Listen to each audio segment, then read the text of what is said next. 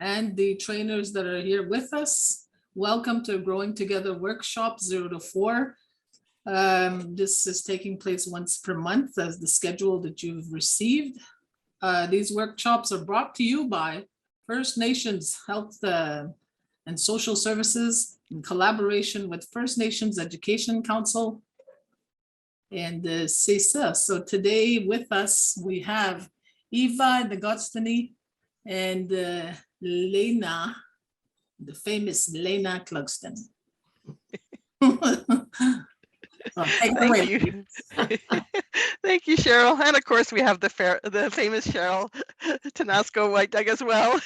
Without you, without our anchor and our connection to the community, the sessions would not be as rich. So we really appreciate you as well. And of course, behind the scenes, we have Valerie Fortin and Sarah Cleary from FNEC and Melanie as well from the Commission.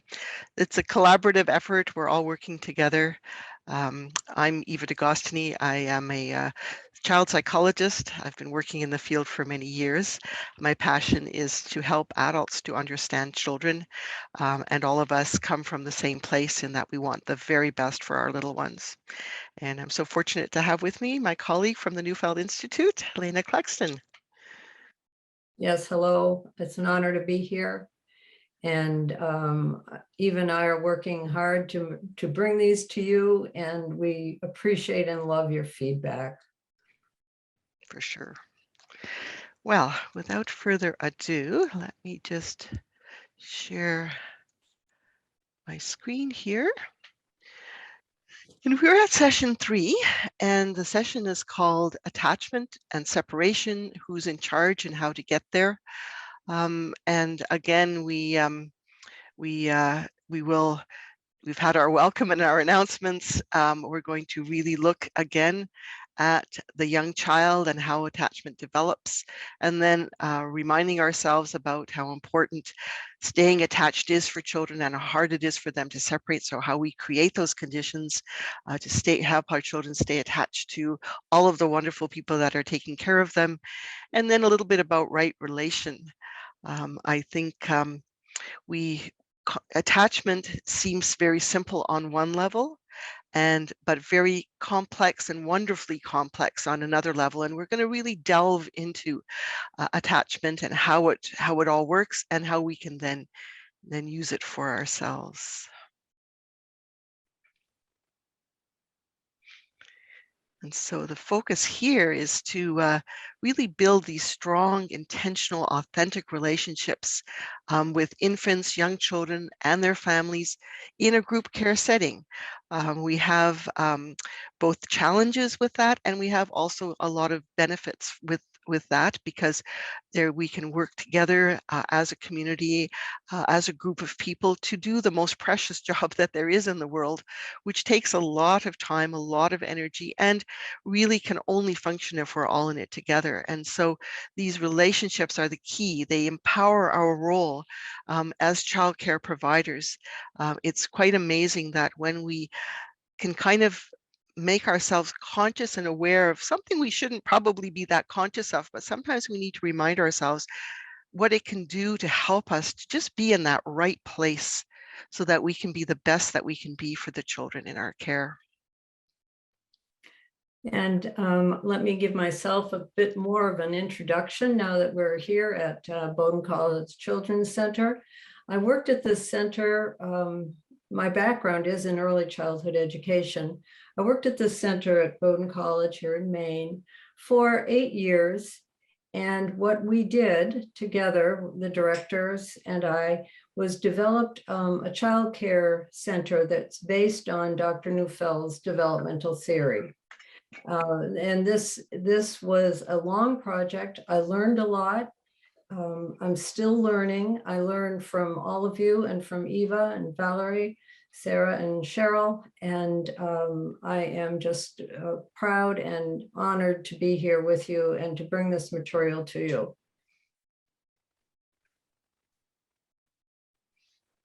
We are under this umbrella of growth and attachment and their relationship to one another. And I like to remind us at the beginning of every session that we know this already from nature. And that Dr. Neufeld says nature has a plan, and that is what he bases theories on. What he sees as the natural unfolding of growth and maturation. And we know that not only do things change with the seasons, but they also change with the year. They get taller, they get older, they get more blossoms, and eventually the growth stops. But this learning to see what is happening with children in development and growth is the purpose of these workshops. I like to focus in a bit on the season that we find ourselves in, which is, of course, winter. And I will read this short piece for you. Winter, when the land becomes dormant, the trees naked, the birds silent. Deep underneath, the soil decays, matures, and gets ready for the inevitable new growth. Darkness is the landscape of the deeper senses that find expression in the struggle and achievement and inner maturation and fruition. I think that should have been fruitation. I'm so sorry. Before we celebrate the return of longer daylight, let's also remember to honor darkness for the stillness, maturation, and inner strength it brings to our lives. And I'd like to remind us that this period of resting, if you will, from the verdant opulence of spring and summer and even fall, is a very important part of the cycle of development. And part of what we're touching on today is going to be about how rest plays such an important part in the development and growth of a child, and how rest, from worry about who's taking care of them, is the key concept that we're talking about in this particular session. Next time, we will be talking about play and rhythms, and we look forward to seeing all of you there as well. They're all linked through an understanding of attachment. Today, we're going to do a deep dive into attachment and the theories that Dr. Neufeld has developed. So once again, we remind ourselves that how we see really does influence what we do. And for those of you that have had the opportunity to listen to the first two sessions, we've helped you to just understand a little bit more about what's going on in terms of especially the brain development of the child, how that develops and how things happen, and what kinds of behaviors we see as a result of that. And with this material, it's really as much about being able to see a little bit more perceptively, to see with these new eyes, because really when we notice things, when we see things, when we understand them, they really make a huge difference in then guiding us to what to do next. I know for myself, I just had an experience many years ago traveling with a hunter in northern Saskatchewan, and we were driving at 100 kilometers an hour. He warned me that he was going to be hunting partridge all along the way, and he was a responsible hunter. I had no problem with it. He brought the car to a screeching halt, jumped out, did what he had to do, and came back to the car, and I hadn't seen anything. I said to him, "What did you see?" And then bit by bit, he showed me how to notice the little feathers. It was pheasant that he was hunting, how to make the distinction in the different kinds of gray. I have to admit, I didn't really do very well on that trip in terms of noticing that, but it brought to my attention how being taught how to notice, maybe down the road, if I needed to hunt for my own food, now I would be able to do it. And his help, his guidance was quite amazing. So I just wanted to say that this is some of what we're doing, is helping you to notice the things that are then going to be so important and make such a difference. And we're going to be talking a bit about broadening that definition of seeing to include noticing not only what's happening with the children, but what's happening with us, our feelings, and the interactions, and how we have reacted to things. So it's a two-way street.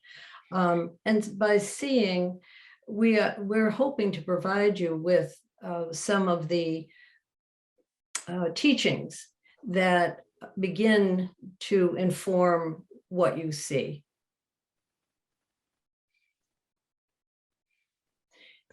And of course, we are creatures of attachment. And it's so amazing because science is just uncovering, I think, what people who, especially people who live close to the land, already know, is that not only we as human beings are creatures of attachment, but animals are creatures of attachment. Plants we now know are creatures of attachment. There's people studying the roots and studying the interaction between the fungus. And basically, Cheryl, thank you for bringing this up and reminding us when we were doing our run through on this material, because you said so eloquently, togetherness increases our chances of survival. And so that is why the study of attachment is so incredibly important, because it's really about surviving, but not only surviving, but thriving. Right? It's we want to make sure that we are able to exist, and then once we exist, how we can thrive. And all of that happens through this wonderful thing that we call attachment. Yes, and this togetherness is a certain energy that we also, Dr. Neufeld coined a phrase that what we are creating for the young child is a womb of attachment. So the attachment energy is, thank you, is there for us to actually start to see, start to create. We're the gardeners right now. We're the gardeners. We're building this container for maturation and development. And we're building it through our understanding of what we're seeing in the world of attachment. And that is our next stop, because we now know that when attachments are deep and strong, that children flourish and grow. Yeah. Yes, and so that's we're going to then be elaborating on how do we make those attachments deep and strong. And it's very interesting because there are actually stages that happens in. And children are naturally, instinctively ready to attach to us. And then they fall into it naturally if conditions are right. This is nothing that can be taught, but it unfolds. We don't teach children how to attach. This is a region that's beneath the surface, if you will. And it's through the heart and through the emotions that a child begins to feel safe in our care. And Elena, do you want to just tell people about this, what's in this basket here? It's so charming. Well, yes, I'm not sure that this child fell into the basket naturally, but he got into the basket naturally. And that's the other thing that's so interesting about that idea of womb of attachment. I found in my work, as long as we provided containers, the children would get into them. It could be baskets, it could be boxes, it could be wooden boxes, it could be little creations. I know you all know this. But there you go. We have this picture, this lovely picture of a child falling into a container, which we hope was filled with strong attachments. Yes, they just love that. They love being supported. They love feeling in that safe little place, and that's really what we're trying to create for the children, is that safe emotional environment, that safe caring environment, that will allow them just to feel, snuggly and warm, but then also allow them to move forward and out. I do want to say one more thing, Eva. We can stay on any picture that you like, but this is that this beginning to notice is part of what weaves this container. It's our attentiveness and our attention and the beginning to notice. And what Dr. Neufeld is giving us is actually a way to understand what we're noticing. That's what I found. That having this set of this language, this new set of eyes, really made me see children completely differently and also respond to them differently. Yeah. And you had already been working with children for a while. You'd raised 2 children of your own. You have done a lot of studying as well, and but you found that this particular way of looking just brought you to another level of understanding. It's a level of consciousness, and there's the capacity to put words to things. I can remember when I first encountered the material, actually laughing out loud because things that I had noticed, and not that I was reacting to them inappropriately, but then suddenly, oh my gosh, I have words for this. I now know what this is. Yeah. Yeah, exactly. So one of our colleagues at the Neufeld Institute is Deborah McNamara. She has written a lovely book about preschoolers, slightly older than the children that you are mostly engaged with. And she really reminds us over and over again about how incredibly important attachment is. So she says, children don't simply feel at home wherever they are planted. They must be rooted through attachment. So it's really that whole process of becoming rooted. You know, as we all know, we can transplant a plant, put it into the ground, and the roots are there. But then the roots have to take hold, right? And so what we're going to be talking about today is how do roots of a young child take hold, and then how through those processes can we keep them attached to us and keep that rootedness happening. And of course, what are the roots for? Well, the roots are so that a strong, you know, tree, in this case, a strong plant, can grow and produce fruit and flower and withstand the storms, withstand the difficult times, because the deeper and stronger the roots are, the more the plant and in this case, the tree can handle what's going on. And so Dr. Neufeld looked at all of the research, all of the people's common understanding, all the psychology around attachment.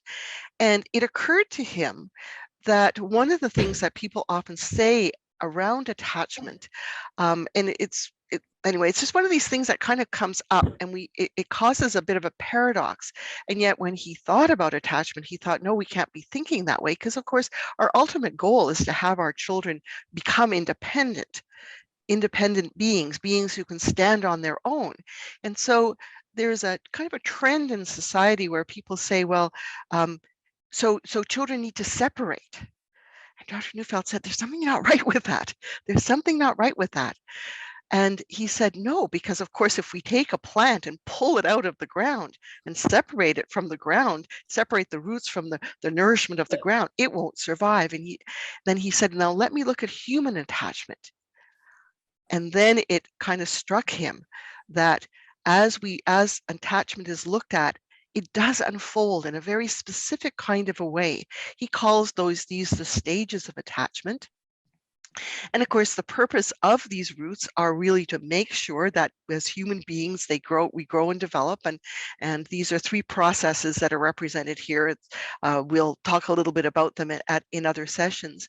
But what's really critical here is to remember that we can only become independent if we are firmly attached. Right? So this is the thing that the more attachment is developed.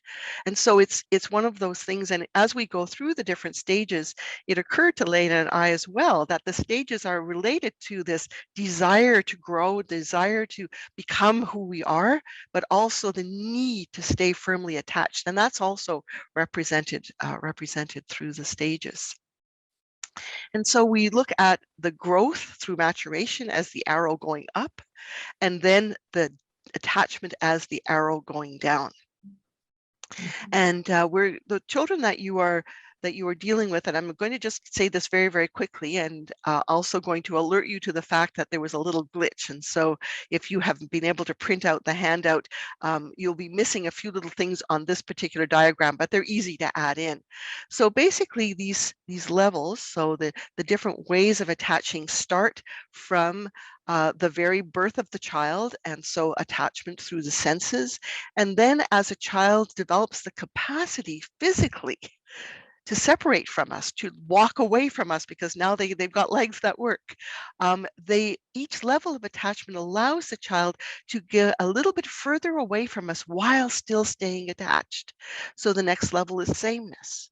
And then the child now becomes more verbal, now has some ideas of their own. So how do they stay attached to us? Well, they stay by developing this capacity to understand belonging and loyalty. As they become bigger and more verbal and more capable of doing things on their own, now they develop another level of attachment, which means significance, a sense of staying important to the people that they're attached to, even though they're not maybe in the same room with them, or maybe when they have to share somebody else's the care with somebody else. But they can start to understand that I have importance through attachment, even though I am a slightly different. There comes a moment at which they give their heart away spontaneously, and we'll be explaining that a little bit. It's quite a magical thing. Each of these stages sort of comes together with or manifests itself around sort of each developmental year. So around one in between, up to age about 1 are the senses.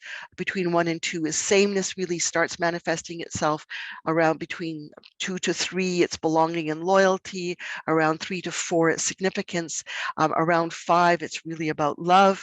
And then ultimately, we develop the thing about wanting to be who we are, but being loved and understood about who we are. So each of these levels allows us to hold on more deeply when we are, especially when we are apart, both apart physically, but also apart in terms of our development, in terms of the ability to really be who we are, to try and be that independent human being. Now, the first 6 years are just the beginning of it. We know through human development that takes well into our mid-20s.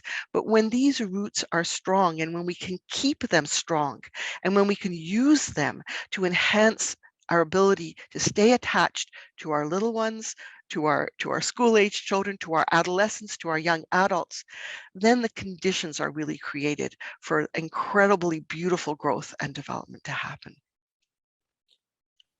Yes, thank you, Eva. And just to add to that, there is a growing awareness of all of these levels of attachment as a child develops. Nevertheless, we can work on all of them simultaneously. They're just not going to come to the front, come to the fore. And this continues on into adulthood, of course. Yes. Yeah. Yeah, and yes, exactly. So every one of these, we all are affected, and we all need these roots to be honored, because they affect us in many ways. So as we go through it, I think you will start to see sort of how this works with the little ones, but how it also works with us. Right. Our focus today is, of course, of the little ones, but just to set that broader context. So here we have the stages of attachment. The first one, which was mentioned, is between birth and 1, more or less, when a child is upright and starting to walk away. It's perfect that it goes with our physical development as well. Remember here from our earlier presentations that one of the overarching principles for this time, this age and stage, is that a child has only one thought at a time. So they're not capable, when they are not attached in a way that makes sense to them from their instinct, which at this age is through their senses. They have no way to have another thought about that, or have any perception that there's anything called object permanence and all these other things we've learned about. Anyway, here we are with the senses, and I just want to broaden out what we mean by senses. So we have a drive to be with those we are attached to, and here are the 5 senses we're familiar with: in sight, in sound, in smell, in touch, and in taste. And one of the ways that we work with those 5 senses is to, of course, be in sight, of course, speak and sing to a young child, because the sound of music goes in differently into the limbic system and is very reassuring. So if we need to move away from a child, somehow if we sing, it can be reassuring. And not always, but often. This is one of the tools that we use. And smell may seem a little bit odd, but this was more meant for nap time, that sometimes if the mom or dad, whoever the child is closest to when not in care, brings a t-shirt or something that they have slept in or worn, so it has a bit of their smell on it. This can be reassuring to a child if it can be safely put near them during a nap. And touch is pretty obvious. The touch of a child is one of their main ways. The way we touch a child is one of their main ways of learning about the world. And those who work with infants, which I have for many years, knows that exactly how they're carried, exactly how they're touched is very important for their sense of well-being. In taste, I suppose by here we mean the nursing child, but I don't know that I've been licked all that many times in all my years, but that is a sense that we definitely can use to something that they like, that comes in the lunchbox that came from mom or dad or grandma, is very powerful in settling on a child who is feeling anxious. But I want to broaden this out a little bit to talk about this sense of life or well-being. So children read emotion, they read the mood. And this is one of the things that we, when we're getting to right relationship with a child, really work at. How they will reflect and pick up on our emotional state. So when we have a classroom with children in it, it is really important to keep that sense of mood. I would say, I called it, let's elevate the mood, when 2 or 3 babies started to cry.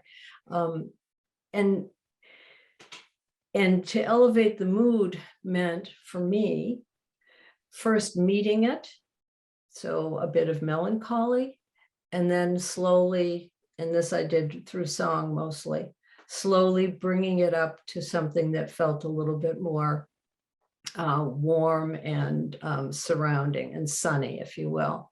And it worked beautifully. But that sense of life, that sense of well-being is something that we really need to consider as part of this repertoire of senses that they are with. And that means our attention.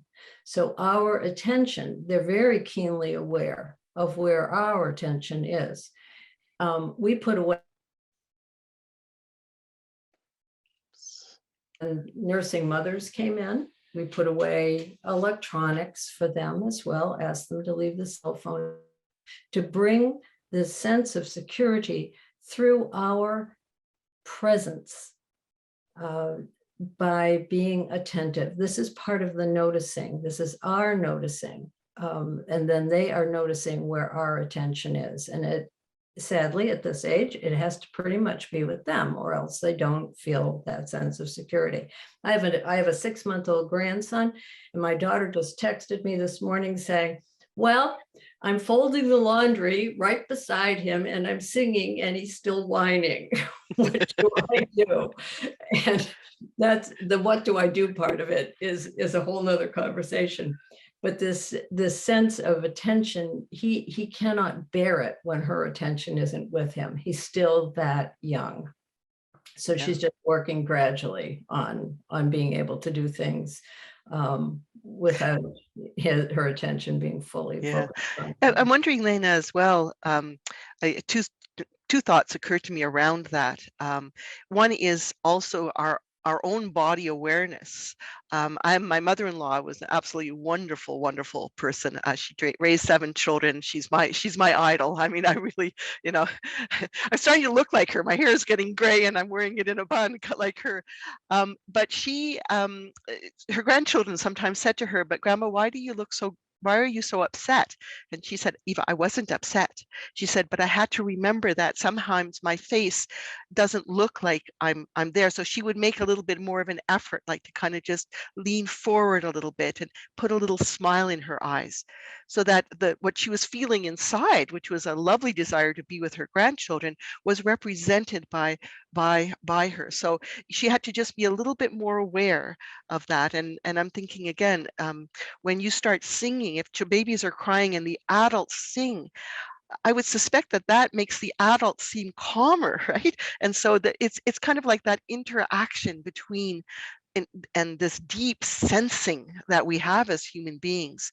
And so part of what we want to be doing is to really consciously say, how can I make this feel, you know, better for the child? I don't know if I'm expressing it correctly.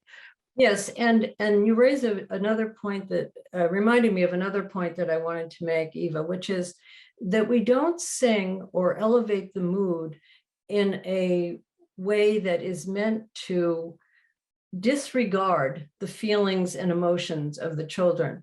We elevate the mood by accepting the way that is being felt, but then elevating it Yeah. to a place. And another thing that children are compelled to do at this age, which I think falls into the senses category, is movement. They are all about learning how to move. And so this sense of movement contributes to their sense of well-being and so on and so forth. We have a cascade of senses. Yeah, yeah. People are doing a lot of studies right now, as well, about what they call the second brain, which is more within our, people say within our gut. And I really think that this is what we're talking about here, when you can't be holding a child or carrying a child all the time, because of course, if we could, I'm I'm sure that that we would love to have every child as close to us, as of course people did in days gone by. Again, I think at one of our sessions, somebody shared with us, and I don't remember the word for it, but the beautiful um, um, uh, it was where children are swaddled, right, and tied in and then carried on the mother's back. And so since we don't have the luxury of being able to do that in our childcare centers, then we need to say, well, how else can that sensation of belonging and feeling together be created and enhanced? Just thinking about it. And so even the smells, I when I worked a lot in northern communities, they often heated with wood, and as a result, there was a little bit of a smoky overlay, which whenever I smell that now, it just brings back such wonderful memories for me. And I think, again, I think the children, when they're cared for in their own community by people from their own community, that enhances that sense of, that kind of the sense and attachment as well. Like, these are all things that are actually very helpful to children if we sort of smell like their parents, or sort of have a yeah, I don't know. And again, I don't want to minimize this, but I just really think that, and that's for the little babies who can't tell us in other ways, but even for all of us, when I smell that wonderful smoke in a winter, as I say, it brings back so many, just a rush of wonderful memories of the wonderful people that I met there and how I enjoyed that job, and those kinds of things. So senses are so critical for all of us. Yes. Yes.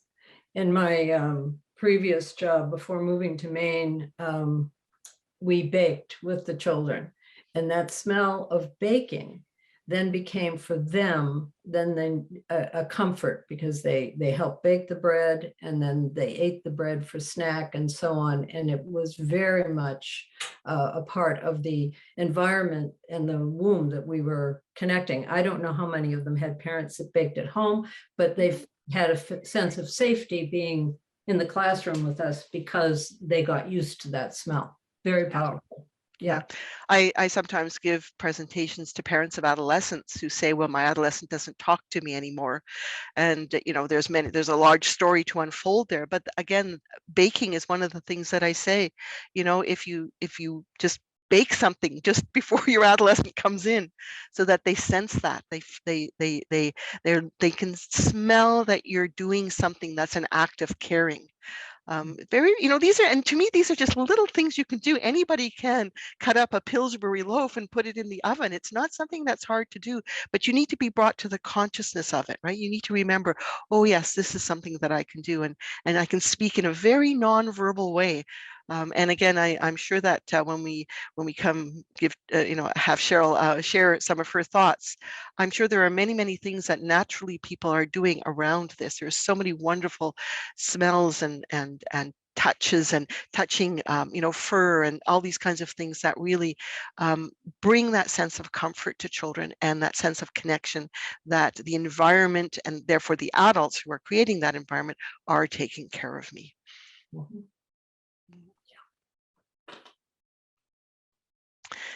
All right, so now the little ones are starting to toddle away from us. Mhm. And so we have the second stage of attachment, which is one of the most powerful stages that continues strongly on through even age 5 and 6. That we call it the kindergarten we. And by kindergarten, we just mean anybody that's kindergarten age or younger. The sense that there is now a bit of separation happening between, because they can differentiate between what is the same with them and what is different with the adult that they're looking at. But here we see this little child imitating the gestures of her caregiver. The drive, again, you notice the word drive keeps showing up on these slides, because this is not something that is thought about cognitively. This is just within this drive to attachment and the drive to be like us. Children are meant to imitate the adults who care for them.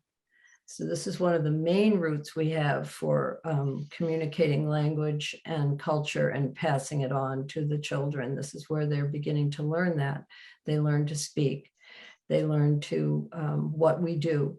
And boy, I can remember doing workshops with parents in which I would say to them, and this is just as true for childcare providers, be careful what you start, because trying to change something once it's established is very difficult at this age. So because they are orienting to the world that they live in, we try to make this process as simple as possible, how to orient. But to get to the imitation part, this is so important for our attachment with a child, because it's the beginning of something that Eva and I will expand on through the other routes. It's the beginning of wanting to be like, and thus following the lead of the adult, which is where we want them to get by the time that they're 3, 4 years old. Strongest instinct. I can remember my son was he was 5, and we decided he needed another year in kindergarten at the small school he was going to. And I was assisting the teacher who had him at various points during the years. I was assisting her in a parent-child class, and we were preparing for the class, and something needed to be fetched from the office. So my son Stefan went trotting off with Mrs. Foster. And when he came back, he was just aglow because the drawer had been stuck. He came back and he said, "We fixed it." Now, he's 5 years old, more than 5 years old. And when he was out of earshot, Mrs. Foster turned to me and she said, he can stay, he can definitely, I was worried, but he is still in kindergarten. He thought he did something to fix that drawer. He did nothing. He was watching me. But see, that participation with what the adult is doing is so strong in young children that they don't differentiate between what the adult is doing and what they're doing.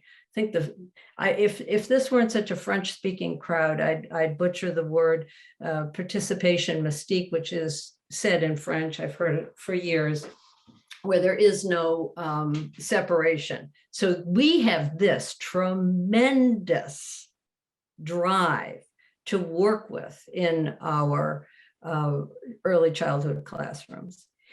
The thing is to be worthy of that imitation, and because they are going to imitate how we are and what we do. Yes. Now there is something that even I have discovered in working with the attachment roots in the senses stage. In that first stage, the child really has to be in some kind of almost physical contact. It hasn't quite gotten, they can sense the mood, but they're not ready for just an emotional contact to keep them feeling safe. All right, so there's a participation, if you will, that's very close. When you get to sameness and imitation, it's turned a little bit. They are seeing what's the same and what's different. You're wearing blue. I like blue. The little girl I worked with had a turquoise necklace similar to the one that I'm wearing. And that just delighted her that we had this thing in common.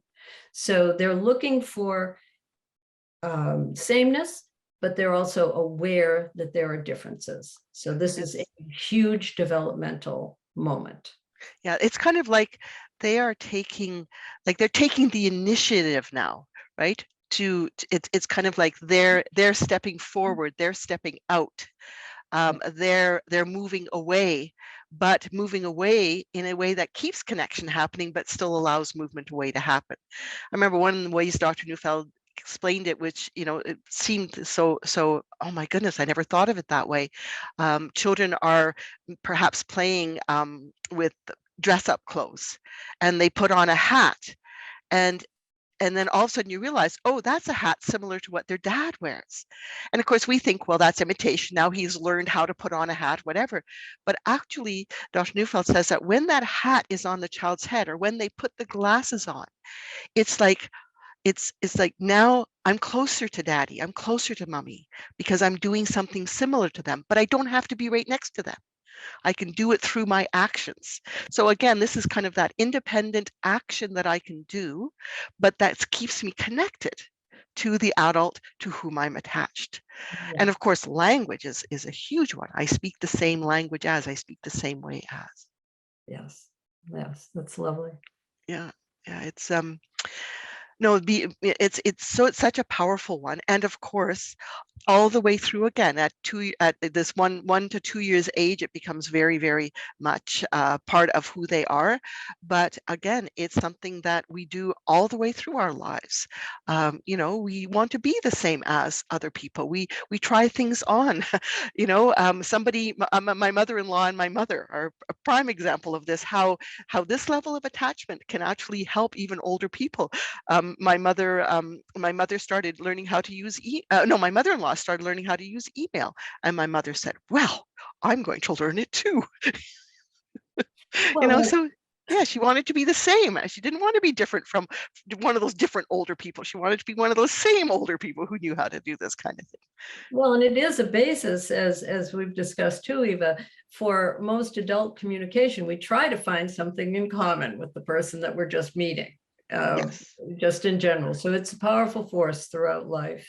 Yeah. Yes, and it's an easy way of, if I walk into a room and I don't know anybody and I want to connect with someone, I will notice something about them that is similar to me, because that makes it easy. Either someone's a similar age as I am, or someone, whatever it is, something that's similar, because that's an easy entry point for connection. And of course, again, we can use this with children if they're, if they're maybe just not quite sure that they want to connect with us. And maybe you can give an example of just pointing out a similarity, right? That then kind of clicks in a little bit. Oh, I'm wearing blue just like you. That's where we can take the lead in that. Yes, right. Yeah, we can use this to help them feel connected and safe. Yeah. And that's really what connection means. It means that they feel safe. Yeah. But sometimes we have to kind of find that little entry point in. And an easy one is one about noticing what is the same about the two of us together, and then we can maybe move it along. Yeah. Was there anything else here? Speaking of moving along, let's move along. So the stage of attachment called belonging and loyalty, just to remind you, this is between 2 and 3. This starts to develop, although the children pictured here are younger than that. But it's the drive to be part of a family or group and the willingness to follow. And this is where, again, they've gone from this differentiated point in sameness, where they can tell what's different, what's the same, and start to link to adults and people that they know and want to follow through what's the same. Now we're back to something which is more, again, more of a group, that I belong to a group, and I am loyal to the people that have taken care of me, who I know, and so on. This is where we can suddenly see, I have a cute story from the young toddler classroom, where the children were being dropped off in the morning, and one little boy said, "That's my mommy," and the other child said, "That's my mommy," pointing at her mommy, and they started to argue about it, each of them pointing at their own mother, because there's only one mother, right? It's my mother is right. But they really were beginning to know who they belonged to, and that was very different than what anybody, whomever else people belonged to. There was only one mommy, that was theirs. Yeah. And this is also when they can tell that that maybe they don't belong, where they're starting to feel a little bit jealous. And I think that was part of what was happening in that story too, about them seeing the two mothers. There was some sense of urgency about establishing that this was their mother, and maybe not quite jealousy, but jealousy could be part of that. With some, if that mother spoke to one of those children warmly, it could bring up feelings of jealousy in her own child. And what I found fascinating about this, Lena, especially when I work with slightly older children, but when there was an intervener who was, or a childcare worker in the school level, who was assigned to a child, and then the child started to become very jealous, people saw that as a problem. But in understanding the roots of attachment, I said to them, no, this is not a problem. This child now is attaching to you at a slightly different, a deeper level. So now they want to belong to you. And as a result, they are jealous. And so we have to kind of accept, sibling rivalry or sibling jealousy or jealousy among the children, excuse me, at this stage, but honoring that is, they've come to another level. They want to belong to you. And then that brings with it, you'll notice the word loyalty. And this is a difficult one, but what happens is when you do feel you belong, you also are willing now to kind of do things for that person that maybe you're not too thrilled about doing. Things that you're just kind of like, you're willing to, okay, if you say it, they won't do it for anybody else. But if they're attached to you at this level, they're much more likely to go along with you with something that's maybe not quite so agreeable when they are in that moment of attachment. Right. In slightly older children, excuse me, I call this the level of trust. And teachers, of course, need children to trust them when they're bringing them into vulnerable territory. So it all comes into this third level of attachment, which is necessary, but of course can be somewhat disruptive when jealousy rears. And we see it in so many ways, Eva, too, because suddenly they're aware of who is not there. We had a circle time one morning, and one of my assistants was not there, and something was wrong in the circle. And I quickly, her name was Sarah, and I quickly changed the song, or a song came to my mind. I changed the words to Sarah's not here, Sarah's not here, Sarah's not here today. And then we went on, and they just lit up. It's like, oh, that's what's wrong. Sarah's not here. And at that point, I knew they were at the stage, and they knew every child, where they were, who was missing, and they knew belongings. Every morning we sorted out the things that had been left to dry overnight, because we live in a cold, muddy, wet climate with lots of snow and lots of clothing that gets dirty during the day outside. We'd bring in a big basket full of the belongings to sort and put in the cupboards. They knew down to a mitten or a sock what belonged to what child. It was fascinating. And I saw that also spread into particular fondness for toys. Like one little boy loved a pair of blue striped mittens. I always put mittens and things like that out for toys in baskets, because they liked practicing. And they, oh no, those, Runa likes those. So they'd take a different pair and so on. And it was very sweet, but there was a lot of noticing of belongings and noticing what people cared about, and assuming that then meant that belonged to them. Yeah. So, like, I would, knowing all this now, I mean, and when we're able to go back into classrooms, these are the kinds of things that I would love to be able to observe and to help people notice, because there's many, the jealousy, of course, is part of it that's uncomfortable, but there's, as you say, this ability to notice what belongs to whom says, oh yes, that whole part of their development is developing beautifully. It's there. We're at the third level of attachment.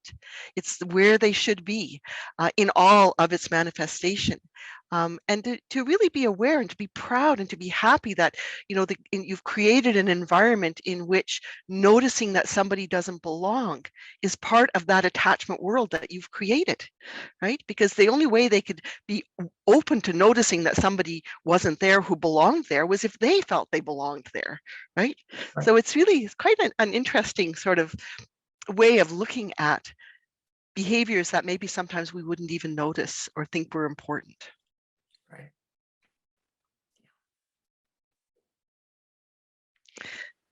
So we get our little ones, 2 to 3, 3 years old. Right. When we go to the next one, we go to the next one. Yes. Right. 3 to 4. So significance, the drive to matter to those to whom we are attached. So back in our swing back and forth between group identity or grouped identity and individual identity, we now have our significance. We're firmly in a family, we're firmly in a group, if all is well. But now we need to know that even though we are part of something bigger, we matter. And this is something that is worked on from the first day, whatever age child, that they matter and are significant. We all do this through how we greet and how we notice things about them and so on. But at this particular age, when they're getting to be 3 and 4, it matters tremendously that we show a child that they are significant, that we have noticed things. So let's see, some examples of this. The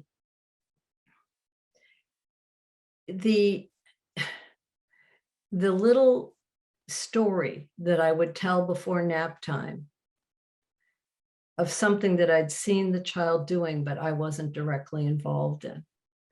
or that I noticed that they had built something, but I hadn't had time to comment on it or interact with them in any way about it during the building of, but before nap, it made them feel secure and at rest, knowing that I had noticed things even though I wasn't there.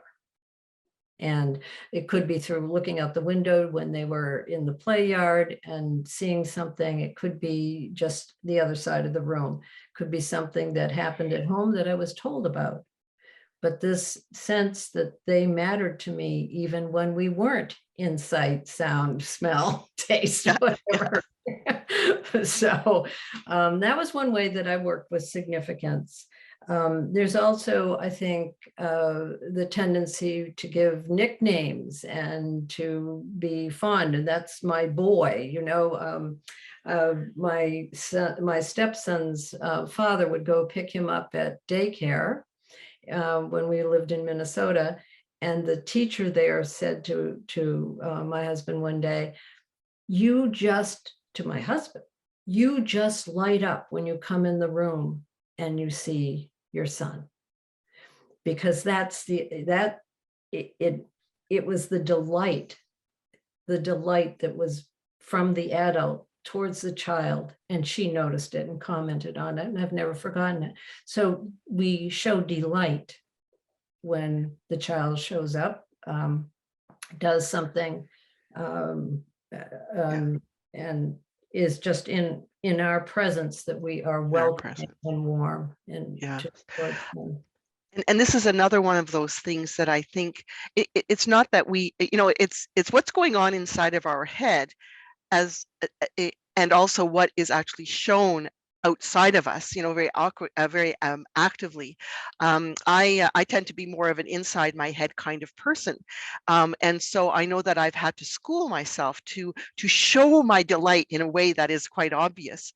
And I remember talking to a teacher at a school. Again, I'm talking about a slightly older age, but I think this applies kind of at all ages, and we need to remember that. She worked in a room where children who had difficulties would be sent to her, and she said it took me many years to finally remember that the minute they showed up at the door, even though as soon as they showed up at the door, I knew they'd already been in trouble. She wasn't going to give them any more trouble. She was going to help them. But she said, I had to remember when they came to the door to look at them and say, I'm so happy to see you.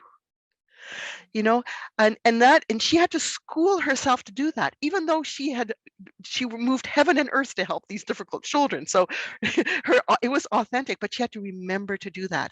I'm thinking perhaps in a childcare setting, you hear the mother and the child coming along the corridor, and the child is not very happy, and they're maybe, whatever, being a little unpleasant with their parent. And it would be quite tempting to want to, make a comment on that, or to be upset by that, or to be wondering what you should say to the parent or whatever. My gut feeling would be that you say to yourself, okay, as soon as that child rounds that corner, I'm just going to act as if I didn't hear that. I'm so happy to see you. They might or might not respond to it, but just that feeling that there's somebody, and of course, little ones think that you slept at the daycare. That's why they get, sometimes in big cities, they get so upset when they find you in the grocery store, because they think you're staying at school to take care of them. But I think just that feeling of, oh my goodness, this person's been waiting for me is I think really an important connection point for these kids. Yes. And sometimes it's difficult for a child to actually go between significance and then just being part of a group, which feels maybe a little bit less important to them. And so I found that it was very important to give a child a role in a circle. If someone who was reluctant to come to a circle time or some group activity, I would have a musical instrument that we would tone with, and that was his to do. He got to do that, or he got to sit here and pass the basket of something. but to give a child a role, to ask them to help in putting the chairs around the table for snack, anything where they get to feel like they are really making a contribution to the group, but it is their unique contribution. They are strong, they are big, they can do this, they know how to do it. Yeah. And we're going to, as we go through the next sessions, we're going to keep coming back to using these roots to create attachments with children. So our last two levels of attachment, probably this one is probably the most obvious one, because our children do love us and we do love our children, but there is something magical about 4 going on 5. This picture here, I have a very dear friend who has a number of grandchildren. Of course, he was proudly telling me about all of them. And I said, do you have a picture you can show me that your grandchild drew? And she was 4 going on 5, and so he showed me this wonderful picture. I hope you can see how many hearts there are in that picture, hearts all over the place. And this is what it's the drawings of children of that age are spontaneously about hearts. It's just something that it's again, as Lena was saying, it's the thing that brings back together again. I've moved away in significance, now I'm coming back because my next stage is going to really be about moving away. And there's just something, they give their heart away. And the last little story I want to tell, because it was so precious to me and so completely spontaneous, and it happened in Dr. Neuveld's house. It was with his grandson, and there were a lot of people there, so I was pleasant with the child, but I didn't interact with him a lot. I just kept nodding and smiling and being part of the group, but as I say, I didn't try to become friends with him. But I'd been there for the whole evening, and as his mom and dad were leaving, this little guy ran up to me to say goodbye to me, gave me a hug, and said in my ear, loud enough for everyone to hear, "You know I love you."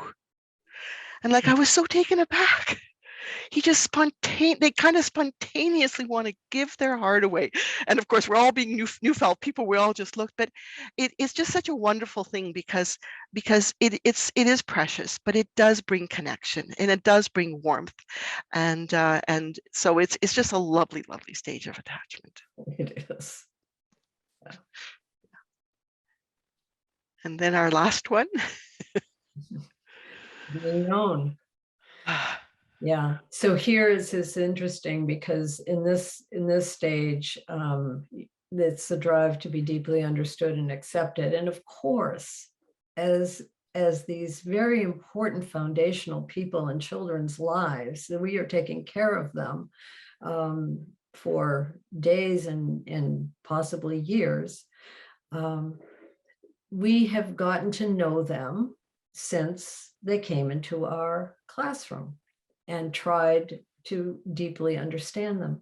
But in this phase, they cannot bear not revealing all that is within their hearts. So on our side, we want to understand and accept and see who they are from our adult perspective, and they want to be known, to not keep things from us, to tell us things, to confide in us, to not have secrets that could divide. But it's not that love moment where the heart is given, where they're perfectly happy to not have you know everything about them. This is different. This is differentiated, where this person wants you to know them as an individual, not as the the love moment where you're so close and so on with the child, and they give their heart, but now they want to give you who they are. Yes. And this is the beginning of becoming who you are, the authentic person that you are, including all of the parts of you that are maybe not so easy to love. You know, this is the hard part, is that if we try to hide, and I always make the joke about the Hungarian princess in me, and Lena thought that was a lovely thing to be a Hungarian princess, but no, Hungarian princesses are very demanding. They want what they want when they want it, and they want the more expensive one. Just ask my husband. And, I'm in my, Hungarian princess too, then. well, I guess we all have a little certain princess in us, right? And my husband, by the way, coined that term. We were buying a house and I said, that house isn't good enough. And I got really upset. And he said, oh, you're just being a Hungarian princess. Anyway, I convinced him to buy another house, but as much as I'd like to get rid of that Hungarian princess, she just keeps rearing herself there, and there's good parts of her as well. I mean, she doesn't give up easily. And our hope is that in our lifetime, especially when we're younger, that there will be one person in our life who will be able to love all of us just the way we are. My husband and I would never be able, at least I would never be able, he would never be able to stay with me or I with him if he insisted that I was good all the time. He has to love also the part of me as I have to love the part of him that isn't perfect. And this is what it is. And then that allows us to be authentic. It gives us permission. Of course, we're going to work with those parts, but it's a very, very important part. Again, this is something that comes around 5 to 6 years of age, which then allows the child to move out of their home, because one hopes that they will, even if things don't go well at school, they know that, well, my mommy, my daddy, my grandmother, my auntie, there are people in my life who, even if I'm not perfect, will still be there for me. And so this is a very important level of attachment that we want to get to with our children. Well, I think we'll stop sharing here and thank everybody for their incredible attention and ask Cheryl to join us and just share some of your thoughts. That's just some of the things that we shared with you today. Hi, can you see me? Yeah. Okay. I'm thinking about what you said, and I just keeps on going on and on in my mind, but how you need to notice the experiences of what's happening to children and how their composure is during the day. Like when they come in, if a child can't speak to you, then it's important to communicate with the parents, to find out how the night before was. And sometimes, we need to go into, as early childhood caregivers, into educating the parents about early childhood to give them some idea of why, this is so, like, attachment is so important. When you say, when a strong sense of attachment is there, it's easier, it's easier for the child to flourish and grow. But you got to create, an environment that's conducive to that. And through all this, this is the importance of being with a child and bonding with them, to make sure that that attachment is there and that it's well rooted for them to flourish and grow, like you had previously said. And, the ultimate goal is to help our children to be independent. And, like a lot of Native parents sleep with their children. They sleep with their child. Mhm. And this is something that's a comfort. It's, what I mean? Like it's always there. And when you were talking about the, how music is better received through the limbic system, I honestly believe that, because children, their listening skills perk up when music comes on. So this is, this is excellent. And it's an excellent way of teaching and transmitting culture and language to children is through music. And you spoke about the drum, and us as First Nations people, the drum is the first heartbeat that the child hears. So I turned off my thing because I wanted to show you my drum. Oh. This is my Tewe gun.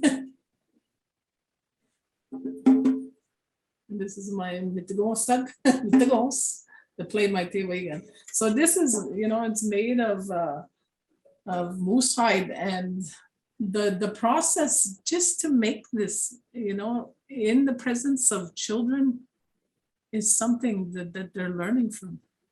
This little stick here, everybody, kids like to tap and play drums, but also, I could be going, Agagi Babi Jbiso, Mama Beach Bizzle. So, I'm teaching them music at the same time. Yeah. Mhm. Yeah. Absolutely. So it's not only the heartbeats of mom, dub, dub, dub, dub.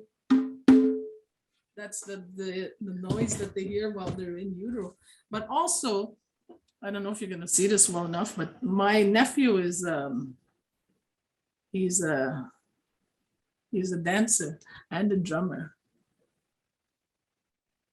Oh, lovely. So see, that's his boy that's dancing right there. Yeah. And he's following his dad, It's beautiful. and he's Yeah. just doing all the movements that dad's moving, and he's looking up to him. And when you talk about, like imitation, here it is. Yes. So powerful, and allows us to teach so many things to our children, doesn't it? Yeah. Yeah. So, these are things that I really feel is, these are the cultural aspect of this. And I remember, when I was young, like we had Memepso in the house, because we were 7 children, a family of 7. So what they would do is they would make like a cradle, and they'd attach they'd have hooks on the wall there or on the ceiling, and they'd hook there, and we'd get swung back and forth. Oh. Multiple kids in there. Wow. Yeah. So that was, our parents' way of keeping us busy, but also, like to give us comfort. Yep. Yep. So, the Memepso was mostly used by like their grandparents there, Mhm. because there was, there was no swing, like unless we made it ourselves out of, a piece of wood and string off a tree.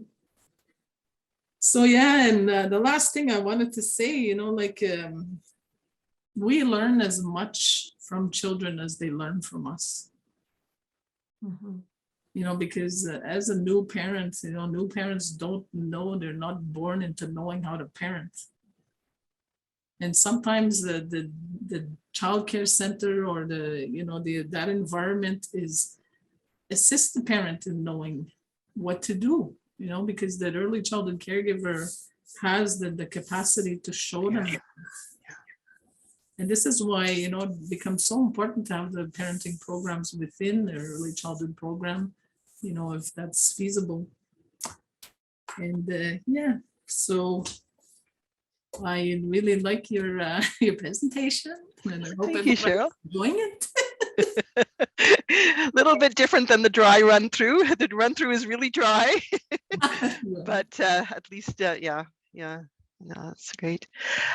We have a few moments if people have questions that they would like to ask about what we've just presented. You can either put it into the chat if you like, or you can raise your hand or turn on your camera. However you would like to ask a question or make a comment. We have a set of questions that we put at the end of our presentation, but I just want to say that those questions begin with what stood out for you in this presentation. And this is the beginning of noticing. And anybody who has anything that stood out for them, we would just love to hear about it, because this tells us what captured. Yeah. So questions, comments, anything that stood out for you? Can you maybe explain, Lena, about the concept of object permanence? Oh, that a child does not remember. Well, Eva probably can do it better. Just my understanding is that what's in front of them is what they know. And when it's gone, they don't have any idea that it still exists. So when we used to, in the infant room at Bowdoin, I think people still try to do this, but used to be that the caregivers went in and out of that door like constantly. And I said, we need to stay put as much as possible, move slowly, not disappear. We're just adding to the anxiety of the children in our care because they are depending on us. So we changed our ways and we got everything we needed into the classroom. So there was very infrequently did we actually have to walk through that door. But that's why it was they can't remember. They don't have the brain capacity yet. I think, was that Piaget? I believe so, yes. Was Yes. it? Yeah. But it's been a long time since I've studied specifically. I can't write the test on it anymore, but I think so, yes. Yeah, and isn't that interesting? It again, Piaget noticed this, and Dr. Neufeld brought it into the attachment world, right? By saying what these children need from us at this moment in time is a very clear sense of our being there for them. So just the little difference between, as you say, having your supplies in the room, right? So that the children sense us, see you, sense you, you're there, you haven't disappeared from them, ties in with where they're at in terms of their other cognitive development. Like all these developments come together in a really beautiful way. And I don't even think we've quite explored all the ways in which they come together, but they do, because those are the stages that we go through as human beings and the stages we have to go through so that we can be the incredible beings that we are and the adults that we are. Valerie, do you see anyone raising hand or?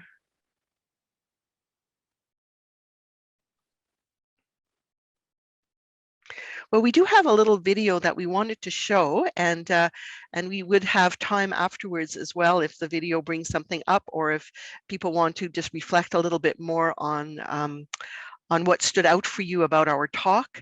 And in this video, and I'm going to try really hard to make it work. It's a technology that I'm not 100% certain is going to work, but in this video, what we'd like you to do is to also notice, are you seeing some of the stages of attachment in this video? And thank you to Sarah for sharing this video with us. Now my sound is on. Let me just see if this will work. Very brave, Eva. Thank you. Okay, and I'm just going to, we're not going to show the whole video. I'm just going to move it a little bit along. Let's see where we are here. And a little bit more.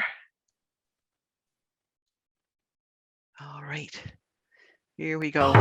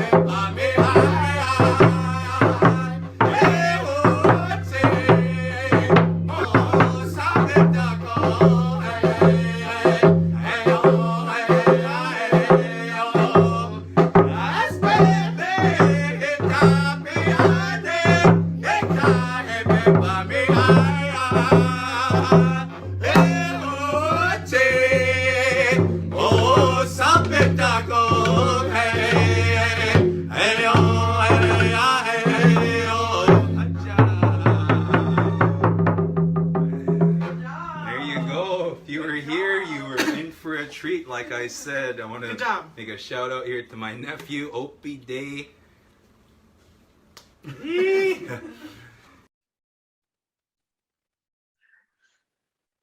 And Sarah, I don't know if you want to come on. I don't know if Sarah's still here and tell us a little bit about this. And then maybe just a couple of people just type in and just see if you just notice some levels of attachment there. Absolutely, it made me almost cry.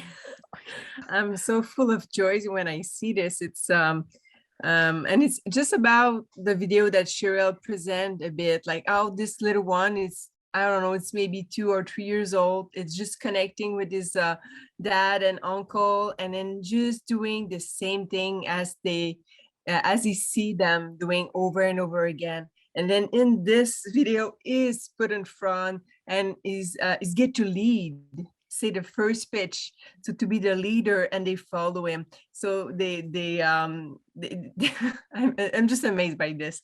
It's just so beautiful to me. So they connect by sameness, and then also the sound, and then all the power of the drum too that we talk about. So it's really the drum beat and then the rhythm.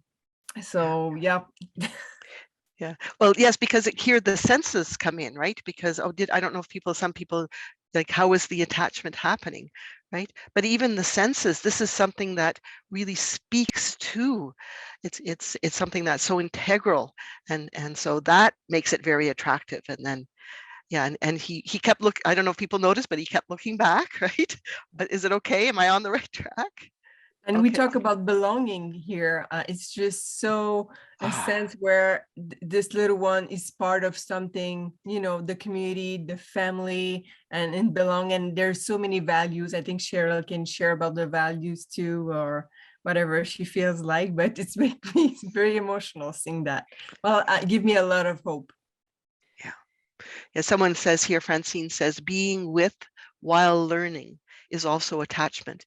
Absolutely, absolutely. Because yeah, you create the conditions, and then you can use those conditions in so many wonderful ways to bring children into our world, right?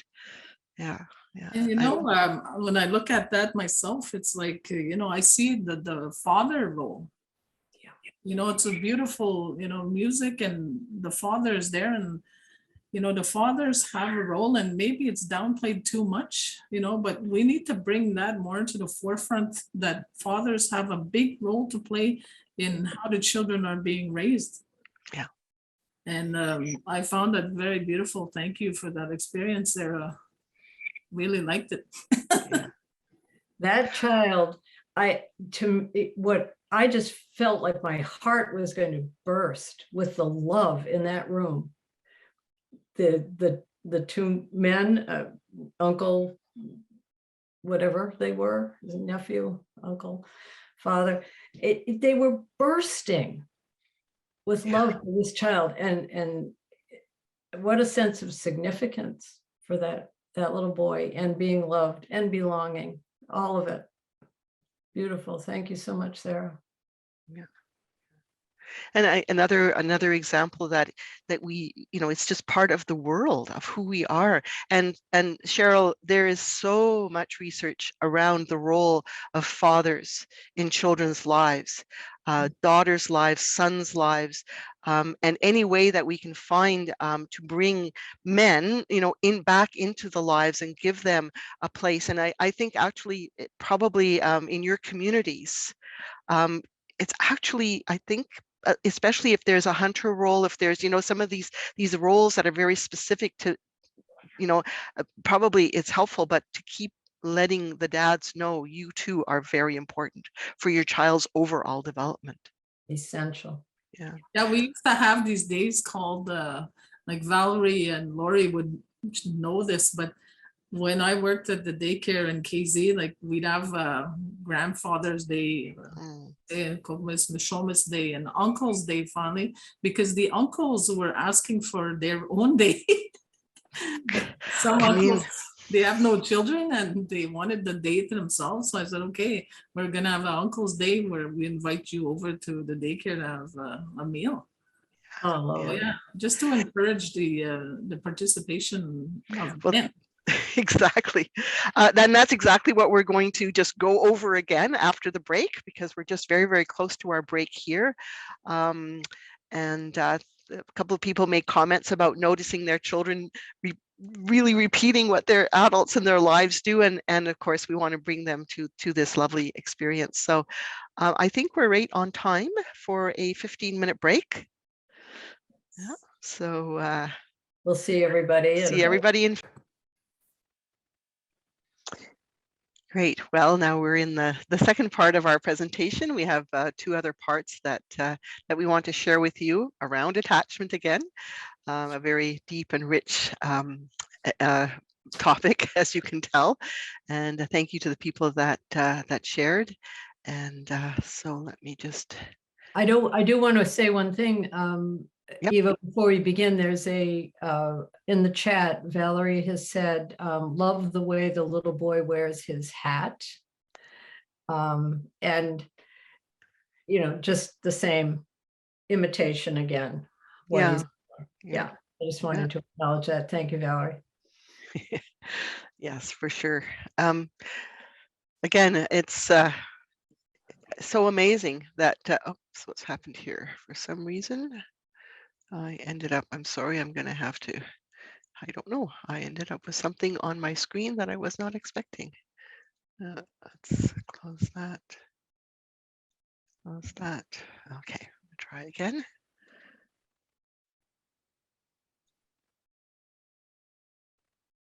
And now I will share. Good. And so you're seeing, oops, and I need to get to the slide we were at. All right, so we saw our little guy. And Sarah could put the link to the YouTube recording of that if people want to see the whole recording. So here we are. Now, we've talked about the roots. So once again, we're just going to share with you some ideas that we had about really how, again, what we're doing now when we're interacting with the children in every way that we can. We're building those roots of attachment so that we can answer the question in a variety of ways as possible, because obviously just telling a child, I'll take care of you, we have so many more ways now of showing the child that we are willing to take care of them. Right. And we know that children are dependent on us for their care. And so, of course, it would be their primary fear would be that there wouldn't be anyone there to care for them. As we think back to Cheryl's comment about togetherness increases our chances of survival, that's exactly on some level why children need us to be so attentive to their care, which we are. We're doing a tremendous job with this. And a separation alarm, I wanted to speak a minute about that. Everyone experiences that when they're separated from the people that care about them. Depending on your age, it will manifest in different ways. For a baby or a young child, there's a flood of hormones that are released when they don't know who's taking care of them. So we are working towards prevention of that flood of hormones or that moment when a child doesn't know. And so we have the roots of attachment to turn to, how we greet and so on. But now we're going to look at a few things that we've looked at a little bit before, but we're going to take a little bit of deeper dive into it. And true rest, Winter's task of rest, is to rest from the need of worrying about who's taking care of me, who am I attached to. When a child's attachment needs are generously fulfilled, then the child is able to rest in the invitation to depend and be cared for. And of course, we know in that rest, then comes the growth.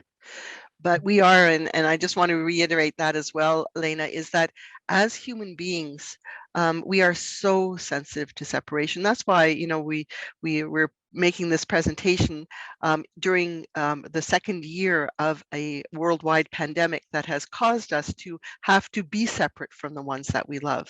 And it has been very, very hard on us as globally, as human beings, no matter how mature we are, that we have felt the sense that we could not be together as we were before. And again, and we need to know that this is something that it's kind of both sides of the coin.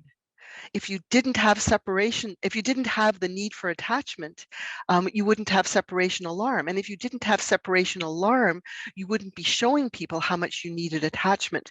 The children that worry me the most are always the ones who seem at a very young age to be so independent. They are the ones who break my heart, because they need us the most, and we're going to talk at some of our later sessions, we're going to talk a little bit about what happens when the attachment world gets disrupted.